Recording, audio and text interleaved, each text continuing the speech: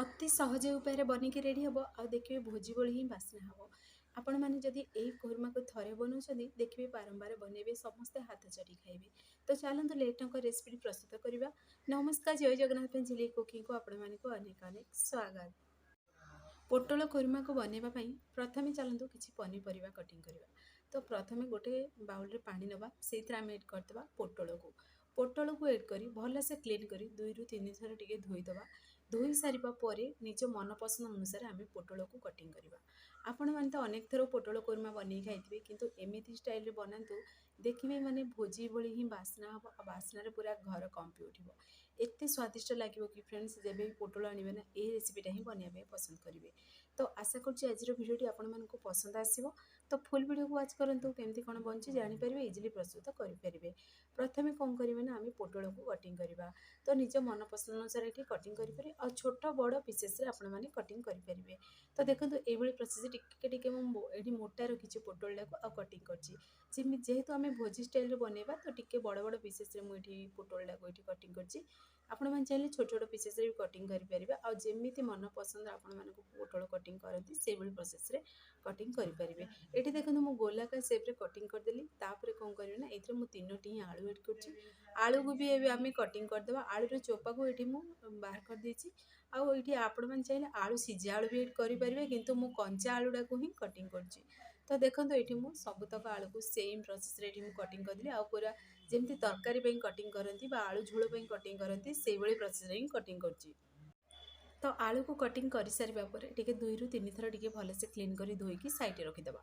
ତାପରେ ଯେହେତୁ କୁର୍ମା ବନାଉଛନ୍ତି ତ ଆମେ ସେଇଥିରେ ପନିର ଏଡ୍ କରିବା। ପନିରଟା ଏଇଟା ପୁରାପୁରି ଅପସନାଲ୍ ଅଛି, ଆପଣମାନେ ଚାହିଁଲେ ଏଡ୍ କରିବେ ନହେଲେ ସ୍କିପ୍ କରିପାରିବେ। ତ ଯେହେତୁ ଭୋଜି ଷ୍ଟାଇଲରେ ବନାଉଛି, ଦେଖିବେ ଭୋଜି ଷ୍ଟାଇଲ କୁର୍ମାରେ ସେଥିରେ ପନିର ଏଡ୍ ହୁଏ, ତ ମୁଁ ମିକ୍ସ କୁର୍ମାଟା ଏଠି ବନାଉଛି। ସେଥିପାଇଁ ଦେଖନ୍ତୁ ଏଠି ପନିର ନେଇଛି ହାଫ୍ କେଜି ଆଉ ପନିରକୁ ଚାଲନ୍ତୁ ଆମେ କଟିଂ କରିବା। ତ ପନିରକୁ ଯେମିତି ଆପଣମାନେ ନର୍ମାଲି କଟିଂ କରନ୍ତି ସ୍କୋୟାର ସେପ୍ରେ ସେଇଭଳି ପ୍ରୋସେସ୍ରେ ହିଁ କଟିଂ କରିଦେବେ। ଆଉ ଯେମିତି ଆପଣମାନଙ୍କୁ ଛୋଟ ବଡ଼ ମନପସନ୍ଦ ଅନୁସାରେ ଆପଣମାନେ ଏଠି କଟିଂ କରିପାରିବେ। ତ ଦେଖନ୍ତୁ ଅଧିକ ବଡ଼ ପିସେସ୍ ନାହିଁ କି ଅଧିକ ଛୋଟ ପିସେସ୍ ନାହିଁ, ମୁଁ ସେଇଭଳି ପ୍ରୋସେସ୍ରେ ପୁରା ସ୍କୋୟାର ସେପ୍ରେ ଏଠି ପନିରକୁ କଟିଂ କରିଦେଲି। ତ ଆପଣମାନେ ଚାହିଁଲେ ଏଠି ଆଉ କିଛି ଯଦି ଫୁଲକୁ ବି ଏଡ୍ କରିବାକୁ ଚାହିଁବେ ତାହେଲେ ବି ଏଡ୍ କରିପାରିବେ। ଆଉ ଯଦି ମିକ୍ସ କୁର୍ମା ବନେଇବାକୁ ଚାହୁଁଛନ୍ତି ଭେଜ୍ କୁର୍ମା ଆଉ କିଛି ପନିପରିବା ବି ଏଡ୍ କରିପାରିବେ, ଏମିତିରେ ବିନ୍ସ ଏଡ୍ କରିପାରିବେ। ତ ନିଜ ମନପସନ୍ଦ ଅନୁସାରେ ପନିପରିବା ଏହି ସମୟରେ ଏଡ୍ କରିପାରିବେ। ତ ଦେଖନ୍ତୁ ସେମ୍ ପ୍ରୋସେସ୍ରେ ଏଠି ମୁଁ ପନିର ସବୁତକ କଟିଂ କରିଦେଲି। ତାପରେ ଗୋଟେ ଏଠି କରେଇ ନେଇଛି, ସେଥିରେ ଆମେ ଏଡ୍ କରିଦେବା ରିଫାଇନ୍ ତେଲ। ଏଠି ଦେଖନ୍ତୁ ଆପଣମାନେ ଯେତିକି ତେଲ ଖାଇବାକୁ ପସନ୍ଦ କରନ୍ତି ସେ ଅନୁସାରେ ତେଲ ଏଡ୍ କରନ୍ତୁ। ତ ଦେଖନ୍ତୁ ଏଠି ମୁଁ ଟିକେ ଅଧିକା ତେଲ ଏଡ୍ କରିଛି, ଯେହେତୁ ଏଥିରେ ଭାଜି ହେବ ପୋଟଳକୁ ଭାଜିବା, ଆଳୁକୁ ଭାଜିବା, ପୁଣି ପନିରକୁ ଭାଜିବା, ସେଇଥିପାଇଁ ମୁଁ ଏଡ୍ କରିଛି। ଆପଣମାନେ ଚାହିଁଲେ ଛାଣିକିରି ବି ୟାକୁ ବନେଇ ପାରିବେ, କିନ୍ତୁ ଦେଖନ୍ତୁ ଭାଜିଲେ ବି ବହୁତ ବଢ଼ିଆ ଭାଜି ହେଇଯାଏ। ଆଉ ଟିକେ କଲର୍ ଚେଞ୍ଜ ହେଲା ପର୍ଯ୍ୟନ୍ତ ଟିକେ ଭାଜିବେ, ଯେମିତି ପୋଟଳଟା ପୁରା ସିଝି ଯାଇଥିବ। ଦେଖନ୍ତୁ ପୋଟଳ ପୁରା ସିଝି ବି ଯାଇଛି ଆଉ ପୁରା ଝଟପଟ ଆମେ ବନେଇକି ରେଡ଼ି ବି କରିଦେଲେଣି। ଆଉ ଦେଖନ୍ତୁ ଆଉ ଗୋଟେ ଷ୍ଟେପ୍ ବି, ପୋଟଳକୁ ମୁଁ ଏଥିରେ 2 ଷ୍ଟେପ୍ ଭାଜିଲି, ଯେହେତୁ ତେଲ କମ୍ ଏଡ୍ କରିଛନ୍ତି ସେଥିପାଇଁ ମୋତେ 2 ଷ୍ଟେପ୍ ଲାଗିଲା ଭାଜିବା ପାଇଁ ପୋଟଳ ସବୁତକ। ତ ତାପରେ କ'ଣ କଲି ନା ସେଥିରେ ଆଳୁକୁ ବି ଏଡ୍ କରିଦେଲି। ଆପଣମାନେ ଚାହିଁଲେ ହଳଦୀ ଗୁଣ୍ଡ ଲୁଣ ବି ଏଡ୍ କରିପାରିବେ, କିନ୍ତୁ ଏହି ସମୟରେ ମୁଁ କିଛି ବି ଆଉ ଏଡ୍ କଲିନି, କେବଳ ଆଳୁକୁ ଏଡ୍ କରି ଟିକେ ଭାଜିଦେଲି। ଆଉ ଦେଖନ୍ତୁ ଆଳୁର ବି କଲର୍ ଚେଞ୍ଜ ହେଲା ପର୍ଯ୍ୟନ୍ତ ଆମେ ଆଳୁକୁ ଟିକେ ଭାଜିବା। ତ ଆଳୁ ଭାଜି ହେଇସାରିବା ପରେ ଆମେ ଆଳୁକୁ ବି ବାହାର କରିଦେବା। ଆଉ ଦେଖନ୍ତୁ ଆଳୁ ଏଠି ଆମର ପରଫେକ୍ଟଲି ପୁରା ସିଝିଯାଇଛି। ତାପରେ କ'ଣ କରିବା, ଯେହେତୁ କରେଇରେ ତେଲ ଅଛି ସେଇଥିରେ ପୁଣି ଥରେ ଆମେ ଏଡ୍ କରିଦେବା ପନିରକୁ ବି ଏଡ୍ କରିଦେଇକିରି କ'ଣ କରିବେ ନା ପନିରଟାକୁ ଆମେ ଅଧିକା ସମୟ ଭାଜିବାନି, ଯେହେତୁ ଦେଖିବେ ପନିରଟା ଯଦି ଅଧିକା ସମୟ ଭାଜିବେ ନା ସେ ପୁରା ଖାଇବା ସମୟ ରବର ଭଳି ଲାଗିବ ଆଉ ଟାଣ ବନିଯିବ। ସେଥିପାଇଁ ପନିରଟାକୁ ସବୁବେଳେ ମାନେ ହାଲକା ହିଁ ଭାଜିବେ, ଯେମିତିକି ହାଲକା କଲର୍ ଚେଞ୍ଜ ହେବ ଆଉ ପନିରଟା ପୁରା ଯେମିତି ସଫ୍ଟ ଥିବ, ବିଲକୁଲ ବି ଯେମିତି ହାର୍ଡ଼ ବନିବନି। ଯଦି ଦେଖିବେ ପନିରଟାକୁ ଅଧିକା ସମୟ ଭାଜିବେ କି ଛାଣିକିରି ପନିରକୁ ବନେଇବେ ତାହେଲେ ସେ ହାର୍ଡ଼ ବନିଯାଏ। ସେଥିପାଇଁ ଆମକୁ ଗରମ ପାଣିର ବି ଆବଶ୍ୟକ ପଡ଼େ। ତ ମୁଁ ଏଠି କ'ଣ କଲି, ନର୍ମାଲି ଟିକେ ହାଲକା ହିଁ ଭାଜିଦେଲି। ଆଉ କ୍ଷୀର ଅଂଶ ସେଇ ପନିରରେ ବି ଅଛି, ବହୁତ ବଢ଼ିଆ ସଫ୍ଟ ଥିଲା ପନିରଟା, ଖାଇବାକୁ ବି ସୁପର ଟେଷ୍ଟି ଲାଗୁଥିଲା, ଏତେ ସ୍ୱାଦିଷ୍ଟ ଲାଗୁଥିଲା କି ଫ୍ରେଣ୍ଡସ୍, ଆପଣମାନେ ଥରେ ବନେଇକି ଟ୍ରାଏ କରନ୍ତୁ, ତାପରେ ମୋତେ କମେଣ୍ଟ ବକ୍ସରେ କମେଣ୍ଟ କରନ୍ତୁ। ତ ଦେଖନ୍ତୁ ପନିର ବି ଭାଜି ବାହାର କରିଦେଲି, ସାଇଡ଼୍ରେ ରଖିଦେବା। ତାପରେ ସେଇ କରେଇଟି ନେବା, ଯେହେତୁ ସେଥିରେ ତେଲ ଅଛି। ତ ଦେଖନ୍ତୁ ଆପଣମାନଙ୍କୁ ମୁଁ ଦେଖେଇଥିଲି ଆଗରୁ ଯେତିକି ତେଲ ମୁଁ ଏଡ୍ କରିଥିଲି ସବୁ ସେଇଥିରେ ପୁରା ଆମର କୁର୍ମା ବନିକି ରେଡ଼ି ହେଇଗଲାଣି। ଆଉ ସେଥିରେ କେବଳ ଗୋଟେ ଚାମଚ ଏଇଥିରେ ମୁଁ ଘିଅ ଏଡ୍ କଲି। ଘିଅଟା ପୁରାପୁରି ଅପସନାଲ୍ ଅଛି, ଆପଣମାନେ ଚାହିଁଲେ ଏଡ୍ କରିବେ ନହେଲେ ସ୍କିପ୍ ବି କରିପାରିବେ। ତ ଘିଅକୁ ଏଡ୍ କରିସାରିବା ପରେ ସେଥିରେ ମୁଁ ପିଆଜକୁ ପୁରା ଏଡ୍ କରିଦେଲି। ପିଆଜର ଟିକେ କଲର୍ ଚେଞ୍ଜ ହେଲା ପର୍ଯ୍ୟନ୍ତ ଆମେ ପିଆଜକୁ ଭାଜିବା। ପିଆଜଟା ଭାଜି ହେଇସାରିବା ପରେ ଆମେ ସେଥିରେ ଏଡ୍ କରିଦେବା अदा रसुण पेस्ट एड करी भलसे टिके मिक्स करदेबा। आ जेहेतु एथिरे अदा रसुण एड कले अल्प टिके आमे पानी देदेबा। पानी देदेबा द्वारा कौन हबो ना अदा रसुणटा पोड़ीबनी भी आ देखिए माने कषिया भी बहुत बढ़िया कषि हो। मुझे कौन कली ना टिके हल्का भाजी सारा पर अल्प टिके पुणी थे पानी को एड करदेली। पानी को एड करी पुणी थे टिके भलसे मिक्स करदेबा। मिक्स करी आमे पुणी थे टिके आपको कषि हवा दबा। टिके हल्का पुणी थे कषि सारा पर एथिरे आमे किछि गुंड मसला एड करबा। गुंड मसला रे एथिरे मु हळदी गुंड को स्किप कर देछि। केवल एथिरे मु एड कर देछि लंका गुंड एड कर देली। जेति राग खाइबे ना से अनुसार लंका गुंड एड कर देबे। आ कंचा लंका 2 ରୁ 3 टी एड करबा फ्लेवर पाई। आ आपण मन चाहिले जेहेतु कंचा लंका एड करले आपण मन चाहिले लंका गुंड को अल्प टिके ही लंका गुंड भी एड करि परिबे। तापरे कोन करबा ना सेतिर आमे अल्प टिके गरम मसला एड कर देबा।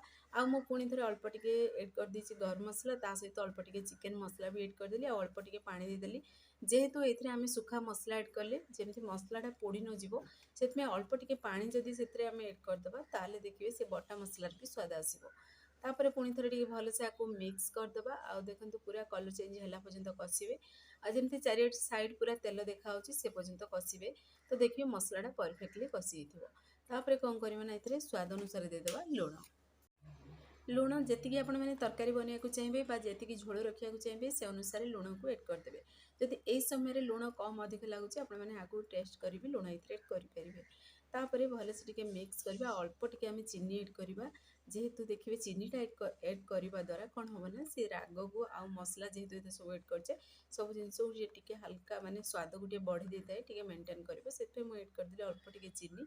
एटा पूरापूरी ऑप्शनल अच्छी आपण मैंने चाहिए एड करेंगे ना स्किप भी करेंगे। आ देखो केते बढ़िया पूरा कलर सुंदर पूरा देखा जाउची।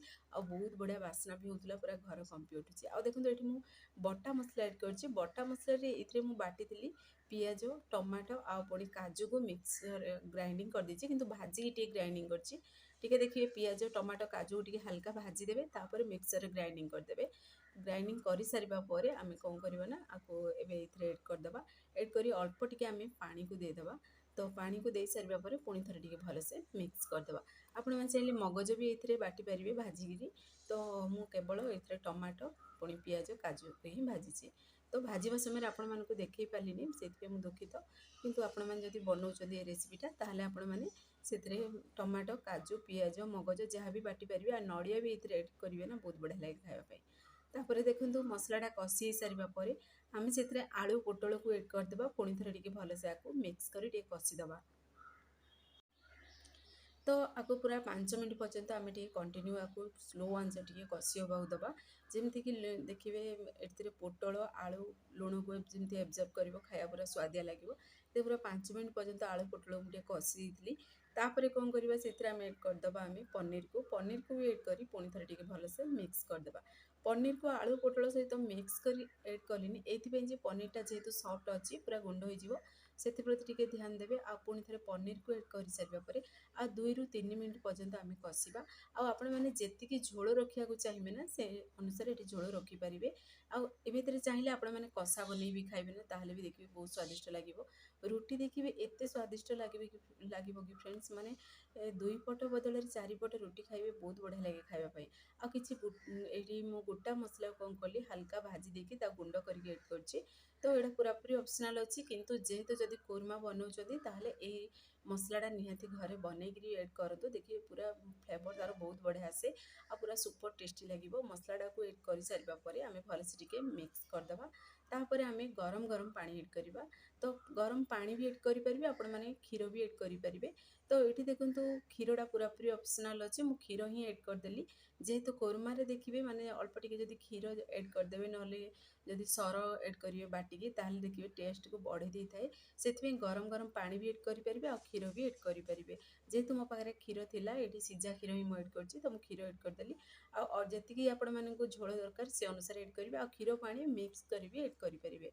तो एबे आमे क्षीर को ऐड कर सारिबा परे भलसे मिक्स करदबा। कवर को बंद करी 3 ରୁ 4 मिनट पर्यंत बनिबा को दबा। लास्ट अल्प टिके कस्तूरी मेथी ऐड करिबा। कस्तूरी मेथी बदल में आपण मैंने धनिया पत्र भी ऐड करेंगे ना कस्तूरी मेथी को स्किप भी करेंगे। तो देखो ये मुझे ऐड कर सारिबा परे आ किछि समय को सिझिबा को देली। तापरे फाइनली लुक देखो केते सुंदर भी देखा होची। आ पूरा भोजी स्टाइल रो ही बनीतिला। बास्ना रे पूरा घर कंपी उठितिला। टेस्ट भी पूरा जबरदस्त थिला।